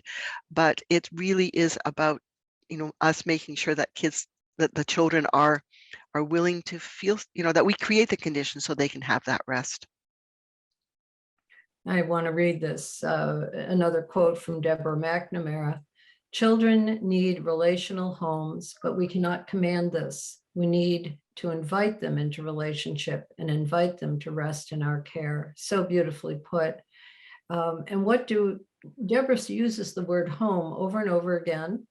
And what she means by relational home is that the sense of home is when you feel cared for. It's not necessarily a house. It usually is a place and a person. And what she's suggesting here is we don't just drop our children off and say, here you are, you'll be okay. That would be commanding this, but rather we build a relational home, a relationship with the child so that they feel safe at home. And then they will rest in our care. There are times when children resist our caring relationship, and we'll talk more about that in a moment. Yes, it makes it hard on us, but we keep striving for that and yearning for that. And then, of course, this brings us to just exactly, and I think Cheryl mentioned that about the uncles wanting to be part of there. And it's, the more people there are around, the more it's like the child looks around and they see these friendly faces and they go, oh yeah, there's all sorts of people that are going to be here. Like it's really it's so hard on the child. And I ran into this in the city when a young mother would come to one of our schools and we would say, well, who can we call if your child is having difficulty and we can't get a hold of you? And we had some mothers who said, there is nobody but me. Oh my goodness. Oh my goodness, how difficult that is to tolerate. So here there's a community event, everyone is together, the children look up and they see adults being together. And again, of course, with the circumstances we find ourselves in 2022, with the pandemic, it is harder to do, but boy, do we ever have the yearning to do it. And that's why bringing as many adult community people into the centers, from as long as it's safe for the children, is really something we want to strive towards, this very vibrant attachment village that our childcare center is part of. And we do try to also create that village for a child by intentionally making sure that the people that they are closest to and rely on are in relationship with the children. I'm very aware of this, as my daughter with her 6-month-old baby is in San Diego and I'm here in Maine. And I think during COVID, the opportunity for a new mother to create a village is very limited. So it's important to do. And we have another idea about this, which is to matchmake. The children of a certain age resist adults that they are not attached to, and this is good. This is also part of survival. We don't want to encourage necessarily them to overcome their shyness until they have an established relationship with the adult in question. And one of the ways that we can help the child get over that shyness, that instinct to be a little bit wary of people that they don't know, that they're not attached to, or they haven't seen in a while, is to matchmake. So when a parent comes into the child care center and is greeted warmly by the provider, that the parent is the one that has the relationship with the provider, is a good way to make the child feel safe, that they can do, if my mom or my dad or my uncle likes this person, then this person must be okay. And I can remember telling parents in a parent-child group that I ran not to worry if I didn't greet their child at the door, but I was going to greet them, and them, the parent. And I said, they will learn how to greet. Don't be worried. They don't know me. And the parents were so relieved because they felt that their child was being rude or didn't have social skills when they weren't greeting somebody who was a total stranger. But it was fine. And eventually my eyes would go to the child and eventually we'd greet each other warmly. But we took the time to let that evolve. And in the meantime, establish the relationship with the parent, the other adult who brought the child, to make me seem safe. Yeah. And I think Cheryl had mentioned when we were talking to her last week that some of the centers have had to be closed because of illness in the center, and so now it was a while since the children were brought back, and it's exactly the same thing. Some children, it flows naturally; they easily attach to you. They've whatever. Other children, they're kind of back to not quite square one, but they're kind of and shyness is a protective mechanism. We want our children only to be guided by people where there is an attachment relationship, because in an attachment relationship, we know what's right for that child. So it's kind of like we don't want the child to be attaching to just anybody. So they kind of hold back, and that's why we give them that permission. That's why we call it matchmaking, because we're basically saying it's okay for you. Look, I have a good relationship. You can have a good relationship. And so it's really important, and it'll be, I think, important for those of you that have been closed for a while to remember to put if the children run to you and give you a big hug, no problem whatsoever. They've remembered their attachment, they're there. But if a child is hanging back, rather than focusing on the child, focus on the adults. Just make that, because then that builds that village of attachment, and bit by bit, of course, the little one is going to probably come out and give you a little hug around your knees, and it'll be okay. Right. That, I wanted to speak a little bit about two things that we started at the center at Bowdoin. The first being primary caregiving. And I've spoken of this before briefly, but I will take a little bit deeper explanation because it can be confusing. So in the center, we had a staff of lead teachers and educators who were at a different level. And the lead teachers took the class and divided it in half. So I would be primary caregiver for 4 or 5 children. That did not mean that I was the only one who took care of them. In the beginning, I was the only one that took care of them insofar as it was possible to do. But this gave the family a chance to get to know me, the child to know who was taking care of them. I would write the daily reports. I would write the quarterly reports, whatever the reporting. I would make the phone calls when drop-off was hard and a parent might need reassurance, or if there was an accident of some sort or the child was ill, anything that came up during the day. The primary caregiver was the one who had primary responsibility, but not, of course, total responsibility. No one can do that. We can't change every diaper of those 5 kids and so on and so forth. So we would ease into it, though. With the infants, we'd keep it to just 2 of us. And the primary would be the main caregiver, but then there'd be a second person who would take over if the primary was otherwise occupied.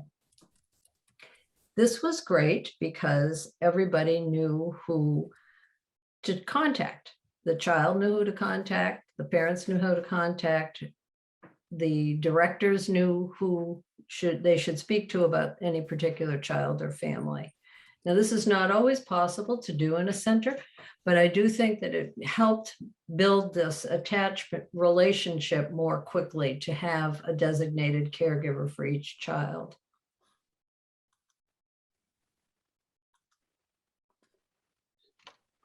next slide. Yeah. Yes.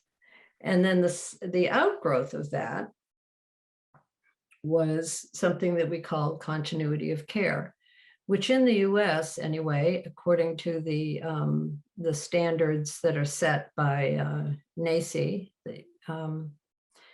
which is a certifying body for childcare centers, that continuity of care is recommended. However, it's very seldom practiced. And my director and I decided that I would take a group of children from the infant room through the older toddler room, so they would be in my care for 3 years. And I did this twice. And then knowing that I couldn't do another 3 years, that was the end of my time at Bowdoin. It was also the pandemic and things were changing rapidly. But there was a huge benefit, and I'm just putting this out here as a seed for anybody who's in a position to implement this. There is a huge benefit to having an undisturbed caregiver with the same child for as many years as possible. We did 3 years. That was the natural breaking point at our center because the preschool room was much larger, and at that point, it really actually made sense for them to move on to a new teacher. We carefully match made that relationship with their new primary caregiver. But what it meant for me was that I knew the family. There was no adjustment period year after year. I knew the family, they knew me. We made visits to the home when that was an acceptable thing to do. We made visits to the gardens. We saw them around town, but mainly during their time in childcare, they absolutely knew me.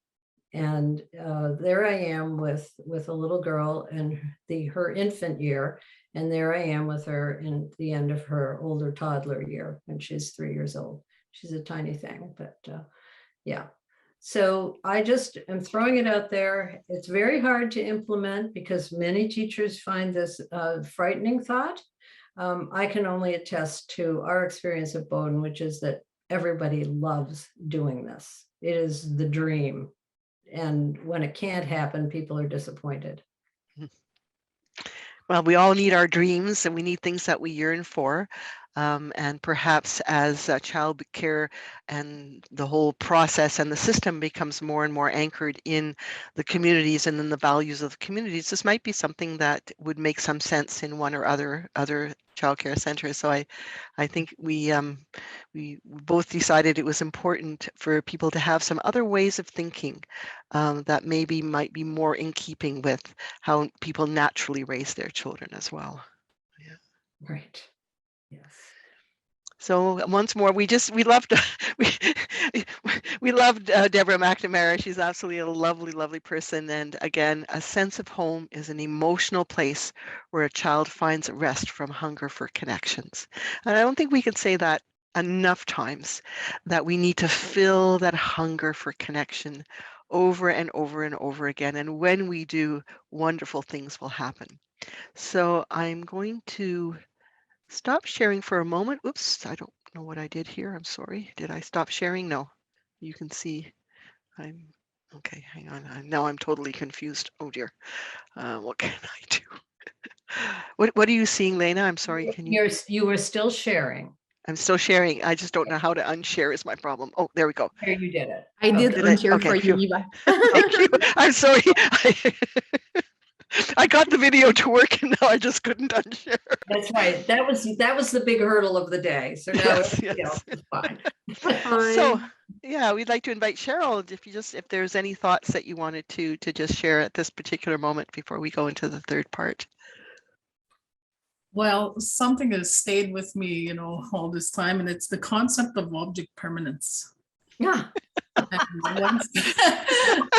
Good for you. And there I was, object permanence for 3 years.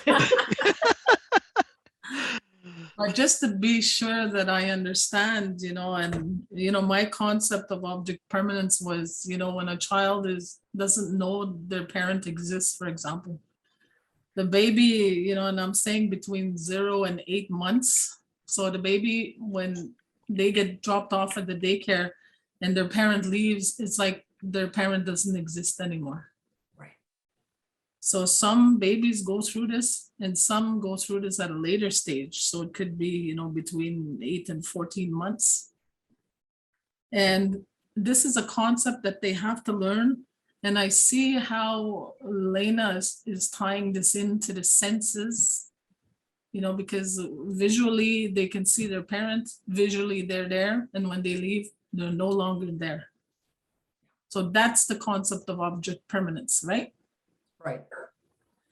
And when I look at this, you know, the best way to develop object permanence is providing that safe home, that sense of home within the organization.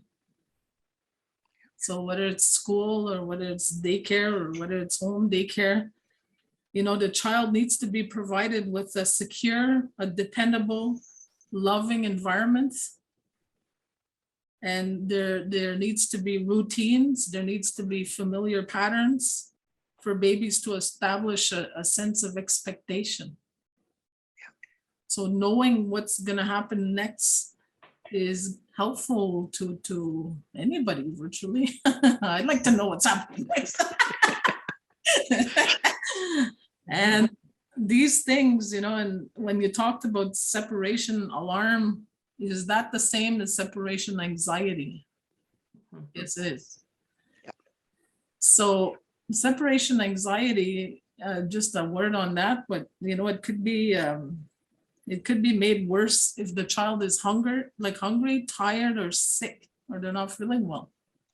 So this brings me back to the importance of noticing them, their composure, the importance of noticing what they've experienced, and recognizing that, and dealing with you know, what you have in that package, because every child is a new package.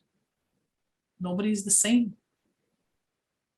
So yes, ladies, you've done a great job. No, and you always bring a fresh perspective to the material, Cheryl, and I really appreciate that. And I think that also because your familiarity with the particular circumstances that the people who are listening are in, that you can link it to the things that they experience, the challenges that they face, and the wonderful things that they're already doing. I mean, I think, again, we need to you know, to honor and respect and remember that this is the most precious work that anyone can do. It is totally unappreciated. You know, it's very, very demanding, and there's no expectation of perfection at all. But the desire to do better is a huge desire, and even that is sensed by the children when you are, you know, you want to do more, and you want to find another way, another day. And that's all the kids want to know, children want to know is, you know, the next day when they show up, are you willing to try again? And we're hoping we're inspiring you to find other ways of trying yet again in challenging circumstances. Yes. So if Val just put a little note in the chat there, if there's anyone that has questions or comments about what we've said about this last little piece, or something that we said earlier as well, please put it into the chat. And we will have another opportunity at the end to field some questions. And Cheryl, I just want to follow up a little bit with the object permanence. So you can see that for young babies under 8 months, there's several particular challenges in their care. And we've touched on them lightly, you know, like not running in and out of the kitchen door, things like this. But the other piece of it too is having time to get to know the center before they're dropped off and start some rudimentary relationship with the caregiver. Again, this is so much dependent on the circumstances. I understand that. But knowing this about babies, that their only way of attaching is that first route through the senses. We have limited capacity here for them. They have limited capacity. We have endless capacity, but it helps to know what it is we're working with an infant. We do want to avoid separation alarm as much as it's possible. It's not always possible. You know, a famous story of the child who cried in my arms for 3 days. Yeah, and I think you said it beautifully as well, Cheryl. Each child is different. Some children are more intense in their emotions, and so they will feel things more deeply. It's not, nothing is good or bad. You know, there's no, oh, this child, this characteristic is a good characteristic and that's not a good characteristic. You know, as my daughter said to me one day, she said, Mom, I don't understand. I feel my emotions, and you know, I'm up and down on my emotions, and some of my friends just seem to float through life. I said, well, I don't know your friends, so I don't want to comment on them, but your ability to feel everything is what makes you the wonderful person you are, because you have empathy. And, you know, but I said, unfortunately, you can't be empathetic and be a good leader if you don't have those feelings. Like there's, you know, there's no easy way through life. There's ups and downs, there's one side of the coin and the other side of the coin. And that's what we're wanting as well to respect in our children, is all of the emotions, and the sensitive ones can become very different people than the ones that are maybe more robust. And we need all different kinds of people in our world as well. So you're right, Cheryl, it's really important to respect each child where they are at. It makes me think also of, you know, being raised in a family of 7 children, you know, like the older one always takes care of the younger one, you know. Yes. And I am the youngest one. So my older sister, you know, I'm sure she had her battles with me as, Yeah. but, you know, like she had a responsibility to take care of the younger siblings, you know, and this was part of the, you know, the maturation in which the responsibility in which the parents give. But it's not everything, you know, the responsibility is given to age appropriateness. What a sense of significance, right? Feeling that you can contribute to your family by being part of the caregiving to young children. And that brings us to the next point that we're going to make about these lovely instincts that we all have within us for caring. So on that note, let me move on here. So we're going to be talking here about what we call right relationship. And right relationship is really about that interaction, that the natural dance that has to happen between the mature, well-developed adult who has a brain that can think many different ways, a heart that is warm and open, and of course the knowledge and the skills that we've acquired through the training that we've gotten. And so that we are the ones naturally who are going to be in charge of children. And I hope the word in charge is just a little softer than some of the other words that sometimes come to mind, like being in control, or, you know, being the boss or whatever. But there is a responsibility to do certain things that are necessary for a child, and sometimes they might not like them. And then we're going to talk a little bit about what brings us to that natural place. But first, we're going to go into some of the underlying things again, some of the really fascinating things about our attachment and what attachment is all about. So it's actually, again, made up, it's wired into us, and wired in, an instinct is wired in, means that we don't have to think about it, that it spontaneously comes from us. And we have, I think when Dr. Neufeld first presented it, he had said something like we have 35 attachment instincts. I have never been able to find the list of all 35. I'm not sure if there are 35 or 36 or 39 or 25. What he was telling us was that luckily as human beings, we have so many natural things wired into us that make taking care of our children and raising our children a natural thing to do.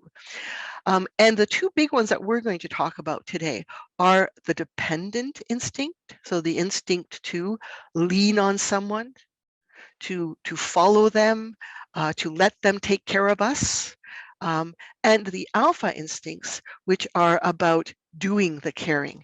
And I just want to say one little thing about dependent instincts. They're not always that easy. There's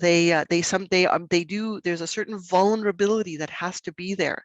And that is why with some of the children, this might not come as spontaneously or naturally. But today we're going to talk about what should come, what comes spontaneously, and how we can make that dance work. So as adults, of course, we are meant to be the caring alpha providers. Alpha is again, so meaning just the one that is there, the presence, the provider, the caring provider. And children are meant to be the dependent seekers. And I just love this photograph here because that little boy is giving his hand to his mother and she is taking it, leading him to wherever she needs him to go in that moment in time. And he is willing to follow her. It's what we call right relationship. It is the time now for the mother to be the leader. We can let children lead. We can encourage, like our little drummer, we can encourage them to take their independence. But at some moment in time, as the adult, we say, now it is time to, and children are meant to be able to fall into this dependent relationship with us. And so we have instincts to depend and instincts, alpha instincts. So the instincts to depend are our seeking instincts. And these, by the way, are in all of us. They are in all of us. If you want a really good example of how this all works together, Lena and I are a good example of this. Because Lena has had so many years of working directly with young children. So my dependent instincts have said to me, listen to her, listen to what she has to say.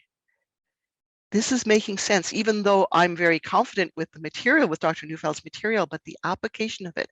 So in parts of our relationship, and of course with adults, this goes back and forth, I defer to her.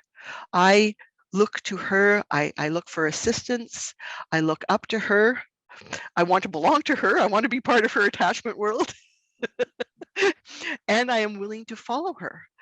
You know, I say, Lena, what should we do here? What should we let people know? And of course, with children, it is so essential for them,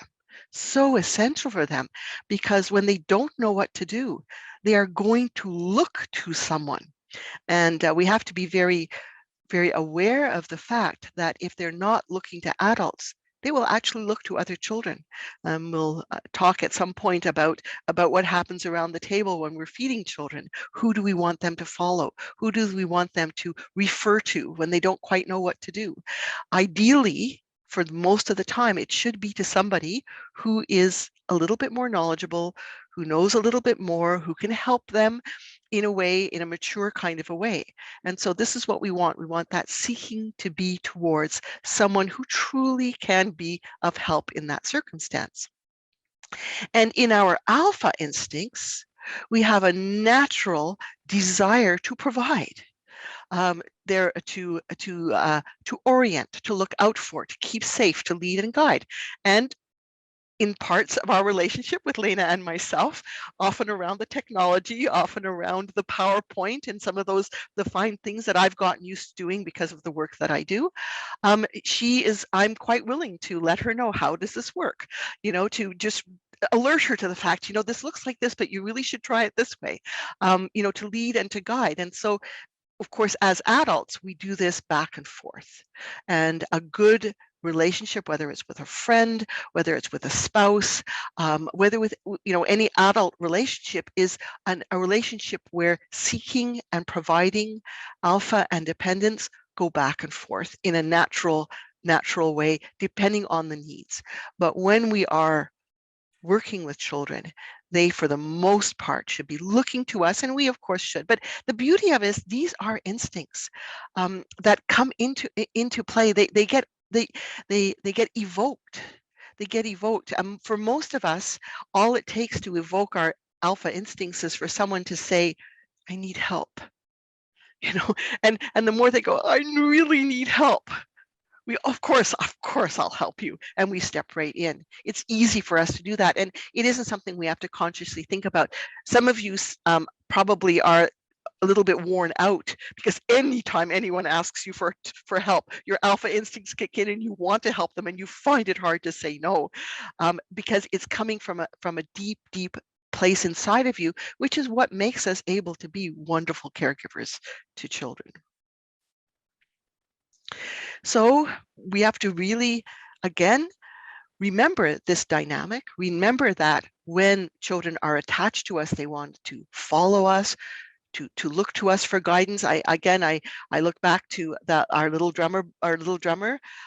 You know, he was quite sure of himself, but then he looked back to make sure what he was doing, and he wanted to know, you know, and the dad and the uncle either encouraged him to keep doing what he was doing, so away he went back again, or they showed him what he needed to do differently. I think there was a time there when they used the sticks in a different way to beat the side of the drum rather than the top of the drum.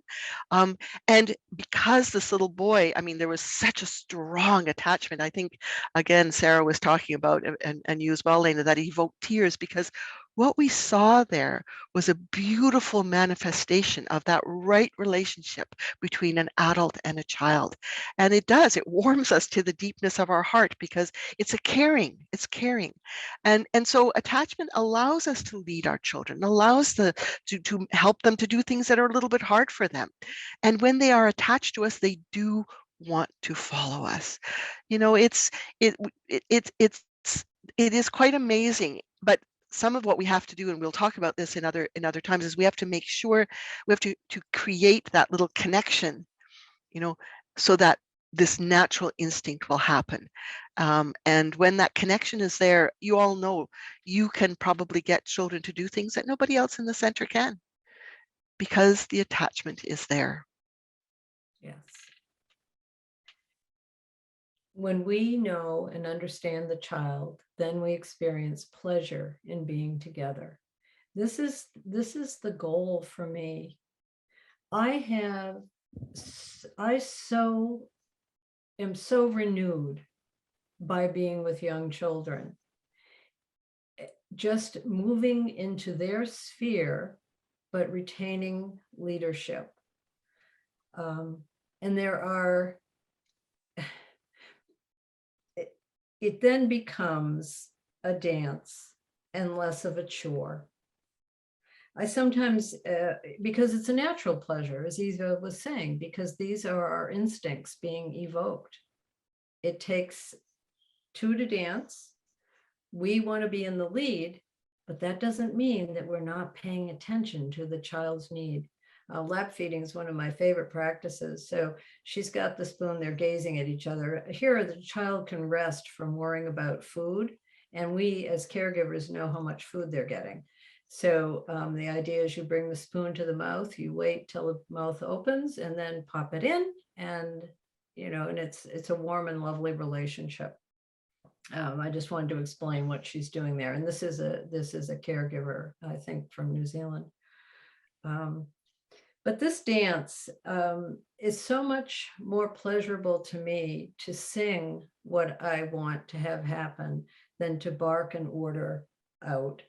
And it's just easier for everybody when we have some understanding of now what developmental stage we're dealing with, and what is the best way to have them follow us in a much more effortless way than if we're saying, do this, do this, do this. We'll talk in one of the next times about another one of Dr. Neufeld's famous sayings, which is collect before you direct. Well, what is meant by that is that there has to be a certain level of engagement, but the engagement should be pleasurable. I do want to talk a little bit. I'm not sure. I have kind of, Eva, I'm not entirely sure where this comes, but is this an okay moment for me to talk a little bit about food and orientation and so on? Sure, yeah. Okay. One of the practices that I feel is important in a center is to have the parents on our side in orienting their children to us rather than to their peers. It's a subtle thing, but when a child is brought into childcare and they say, oh, look who's here, and they mean the other children, somehow that moment has been lost of putting me in the central position. So I asked my parents, I said, when you come in the morning, would you be so friendly, would you mind to just orient your child to me and say, oh, look, here's Lena, and or whatever they call you. I've been called different things over the years. here's Lena, she's going to take care of you. And so that the child and I have a chance to connect. And of course, their peers are important to them, but their peers are unreliable. I even said to a dad with whom I had a close relationship, I said, well, I'm much less likely to bite them. So have your child orient to me. And he laughed. He totally got it. And yes, so that was our practice. The children were dropped off. They were oriented to an adult. It wasn't necessarily me if I wasn't available. So that's one thing. But becoming that orientator, I would walk a young child who was new to the center, an infant, and show the child where their bottles were, where their diapers were, where their extra clothes were. And I would just walk them around the room and show them where the things were that mattered to their care. And then the whole process of getting dressed and diapering, which we've talked about before, was very, very attentive and inclusive to the child. This to me was pleasure. It was just a pleasure in being together. The lunch table. This one I struggled with for a long time. We did lap feeding until as long as we could, up to about 18 months. But for many people, this is not possible. And also it became impossible for us to fit everybody in and get them fed in a timely way. So then we did tables with just 2 or 3 children. When they're very young, I would just sing a little song, very mild song, and they would focus on their food. But by the time they got to be older toddlers, they were starting to focus on each other. And so once again, I decided that I wanted them to eat, and I became the center of attention. We created a centerpiece on the table from things we had found in nature that provided a focus. They were old enough now not to rip it apart. And then I would talk to them about my sources of my food, that this came from the farmer's market, and this was the name of the farmer's dog, and so on and so forth. And they would ask me, to the point where a little boy who sat beside me at lunch was quite sure his carrots came from, I can't recall the name of the farmer at the moment, but whoever I had told him my carrots came from, and so on. Well, they didn't. He lived in a completely different town, and I know they didn't, but that was the sameness and the connection and the belonging together. And then I started doing things at the lunch table to keep the focus on me. I'd tell a story about my food. I would sing a sea shanty from Newfoundland that I particularly loved, that was very quiet. And then the children were able to not focus on each other and get silly and so on, but they focused on eating. Didn't always work, but it worked a lot of the time. I noticed as well, Lena, that you ate as well. You were eating as well. Yes, not snack so much. I sat with them at snack time, but I didn't usually eat their snacks. But at lunchtime, I ate with them, yeah. And the children that were in my primary care group sat at a table with me, and my colleague sat at another table and with her group, and an assistant with her. Yeah. Great. So yeah. What I wanted to say about getting into right relationship means taking that leadership role, and also planning and providing activities so that your day is choreographed. And as Cheryl has mentioned this several times, you know what's happening and when it's happening, but you know what? You also know why it's happening. So these children are helping Sarah move a very heavy tub, so they're feeling their importance and significance, and that they're engaged with the group and so on. And I'm holding an instrument that I play for children called the lyre, and they completely calmed down when I would sit down and play and sing. And sometimes I just played, and then they would play around me and scatter around, but it provided a presence for them. They knew I was there. And it was something that they loved to listen I think we've spoken about this too, getting into the alpha position, using times of bodily care. So here the baby is being taken to the area where his extra clothes are kept, and it's being explained to him. I would walk with the baby to the diaper cabinet and say, these are your diapers. We'd gather the things that we needed in one hand and come to the diaper table. And then I talk them through the diapering process. This is what I'm going to do. Could you lift your leg, please? And I would wait, and they would lift their leg, and it works. It truly does. They know. They know a lot, even at 6 months old. They do follow. And then I had some special little rhymes and verses to say at the changing table, but it was not a moment of distraction. It was a moment of engagement with the activity.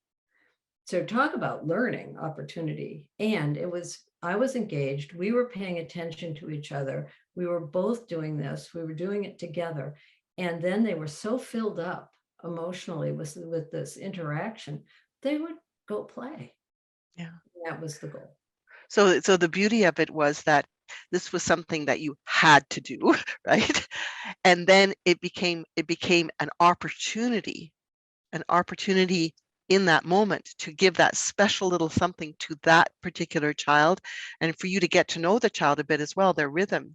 I noticed that you use a lot of maybe I think when we spoke last time, you explained it a little bit more, kind of that you waited.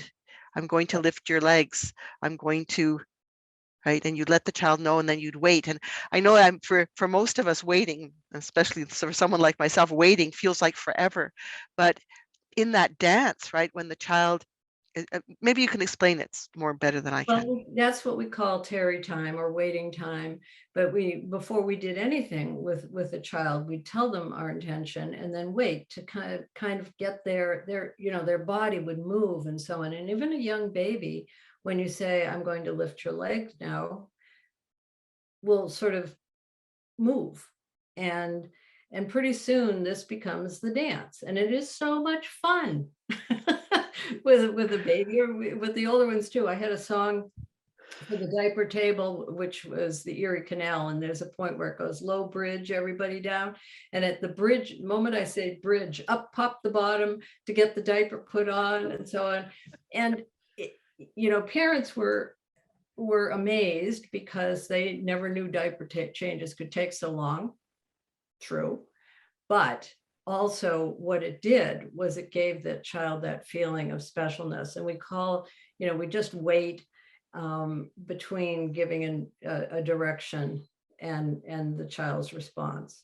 There's more to it than that, but that's the essence of it. Yeah, and I think what we would encourage people to do is, if this intrigues you, you might not be able to do it every time because obviously you have many children in your care, but maybe just try it once to just see what it feels like. Because as caregivers, we need to fill ourselves as well. Like, we need to feel that our role with children is, if we give and they allow us to give to them, and there's that back and forth dance, it fills us up as well.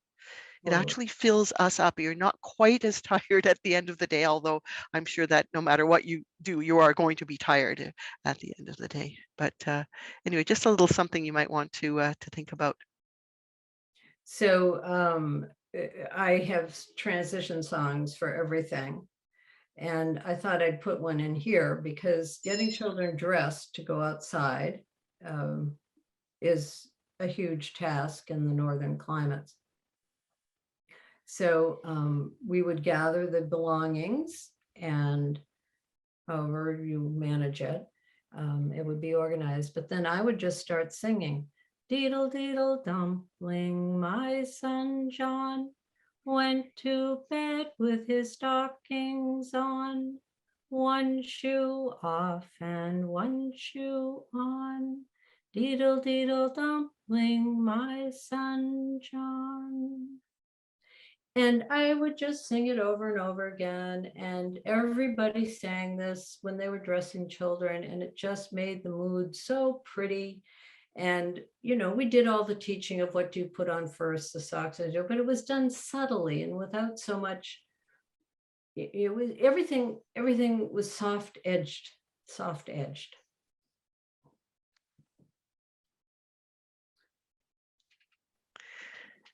So one of the things, again, there are things that we know we're going to do. There's a rhythm, things follow through. It's one thing after another. But again, part of our role in this caring alpha provider position is to notice things and to take the lead. So when children, if they need, again, if they get fed as soon as they come to the center, many of them might not be hungry, but if for some child, then even just waiting might be too much for them because you know that maybe they haven't had quite as much as they needed to eat. Or if some of them are tired, that there be a place and that we help them to get there, that we notice these things and we take the lead. Oh, I see that you're tired. Here, let me help you find a place to settle down. That sometimes we have to explain to them how to do things, and we had talked the last time about letting the child know you're going, well, tomorrow or today you're going to sit across from me. But when you sit across from me, we explain to the child how it's going to work. We kind of give them a little scenario. And then the biggest thing is anticipating these difficult behaviors and just leading them out of trouble. That we are kind of like the benevolent guide for children, because we have trust that they will eventually grow into the ability to manage the emotions that they have, to manage difficult situations. But as Cheryl said, if a child is hungry or tired, they've just lost all that capacity, whatever they had, and they don't have a lot of it at that age. So the more we step in, and I always remind people that when you are stepping in that way for one child, the other children will say, oh, when I need it, then this person will do it for me as well. That probably comes when they're a little bit older. I was going to say something about that slide too, about anticipating the difficult behavior. We'll be talking more about this next time. But suffice it to say that children this age, Dr. Neufeld said, this is the most violent time of life. So you see snatching, hitting, pushing, biting, all of these behaviors are quite rampant in the toddler age. And again, the effort that I made was to normalize this so that parents wouldn't be so worried that their child was going to be biting still in college or somewhere else. But to also orchestrate the room around the children who had difficulties. And we'll talk more about that later, but that was a huge part of the job for keeping people safe and comfortable and reducing the incidence of biting is usually a big one. And then there'd be some children who we just knew could not tolerate anybody else playing with their things or near them. So we would anticipate all of these things in conversation and then come up with choreographies, strategies to manage this so that to help them not get into trouble. And then we had our strategies when they did get into trouble. Yes. So when the child is distressed, it's interesting to think in terms of the roots of attachment. We want to always have that warmth in our eyes and the invitation to exist in our presence, that this isn't going to end our relationship. Those hits needed to come out. We spent a lot of time on this in our last session. I think the vocabulary is there. But creating a safe space through the roots of attachment could be a cuddle blanket or a spot when a child can't receive comfort from an adult because they're too distressed or they don't have an established relationship. You can give them a place that they can go to, that can be created for them. Or my daughter, who worked some years in Head Start, said they would have a special place that was a sort of a warm and cozy place where the child could be. We can say to them, I feel that way too when somebody takes my toy, so that we're coming alongside, that we can experience this as well, and we can identify. And we always let them know that I will take care of you no matter what. And I want to hear about how mad you are. I want to hear how frustrated you are. And then the message for love and being known is, you are in my care and I want to know you. I want to hear about what you're feeling, how this went. So that would be with older children. Yeah. But it's these are just little ways in which we can reassure the child of that connection. And we need, again, over and over again, don't be scared away by bad words or behavior. And we have 5 more sessions to do with you, and we're going to talk a lot more about the specific kinds of things that happen, and hopefully give you some ideas of other ways of responding. But the reality is that this comes from immaturity, this comes from emotions, and there are ways that we can be kind of bigger than that for the children, and this is what they need from us. So we'll find a way through. Yes. So how we move in the classroom in that alpha position, and make haste slowly with dignity, preserving our dignity. and Dr. Neufeld says in one of his courses, if you don't remember anything else about this course, please find the caring alpha person inside of you. And there's a certain strut. I mean, we all look for people like this when they make us feel safe. I just recently read a book where this woman went on and on about how the man that she married actually made her feel safe, and she described him, and he was an alpha person, and I mean a caring alpha man. So she just felt safe with him, and this is a grown-up woman. Well, imagine for a child who has no idea what the world is about. So here's the mother duck, and those ducklings will follow her off a bridge and jump into a river just out of instinct. They flutter a little bit and they're not so sure, but that is really that was me coming in off the playground. I never looked behind me when I started singing the going in song. I just expected that they would line up. Of course, I had an assistant who was also out there in case somebody didn't, but they did. They followed right along behind me. Yeah. I mean, one of the big challenges that we often have is that we feel unsure inside, and that's perfectly normal. You cannot, you can't anticipate everything that's going to happen in the day, but there starts to be a presence that you can have, and often people will again use the duck as the analogy, is that you look calm on the surface and you're pedaling like mad underneath. And some of you are magnificent at that. I'm in awe when I walk into either a school or a kindergarten or a childcare center, and I just see all this stuff going on and the adults just calmly being there. And for some of you, perhaps those of you that are maybe younger or maybe have a little less experience, again, it is something that you need to school yourself, practice to do, to just because, when the children look at you, you look back at them with a smile on your face. You don't know what you're going to do next, but you're reassuring them with your nonverbal through the senses. We'll figure something out. We'll get through this. And again, I think I loved how you said, how did you say go fast, but go slow? Oh, make haste slowly. Make haste slowly. Yes, to remember. And again, I've watched well-experienced people. They don't seem to rush around. It's the ones that are rushing around. Everyone doesn't, it upsets again, it's not easy to do. It's something I'm sure that comes with years of experience. And that, again, for many of you that are slightly older, there's probably things that you didn't even realize the huge impact you have on the children, because we'll get through this as well. You've had that experience. So those that are younger, you'll get there, but it really is a very powerful and potent position to be in, because when children have confidence in us, they will follow us. I wanted to say one more thing before we got to the poem. Absolutely. It's the story that Gordon tells about when he was lost in the car with his children at one point, and he mentioned that he was lost, and his youngest son said, "That's all right, Daddy. We're not lost. We're with you."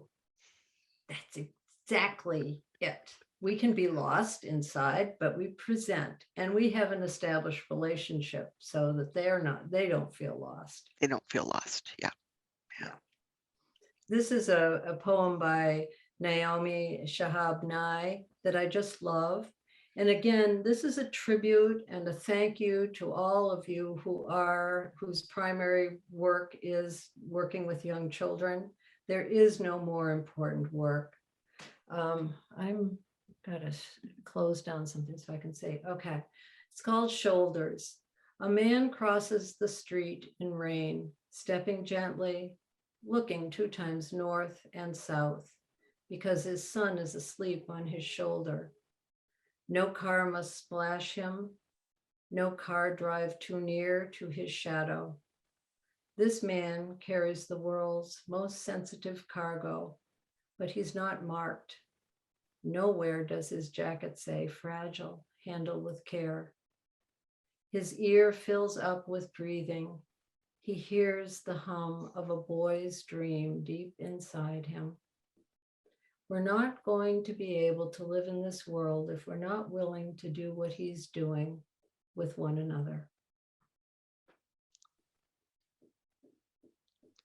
Thank you. That's beautiful. So just a few finishing words, ending words. Remember to engage in the dance, hold on to one another, extend an invitation to closeness, and make room for emotions. And we've again pulled together a few thoughts that might be helpful to you. So pick whichever ones work for you. We are creatures of attachment. Attachment is the womb of maturation. Attachment roots are there at developing the capacity to feel safe when apart. Read the need, take the lead. Invite dependence, extend an invitation to exist in our presence, and find the caring alpha within. So as we break, we're going to now just take a little break, and here are some of our questions. And the biggest one that, again, all of the other questions you have on your sheet there, but just the biggest one is, if you don't mind, a few of you, maybe just share in the chat is what is one thing that is going to kind of stay with you, perhaps in the next until next we meet. What is one thing that stood out for you in this presentation? So we'll ask Cheryl again to come and share some of her thoughts.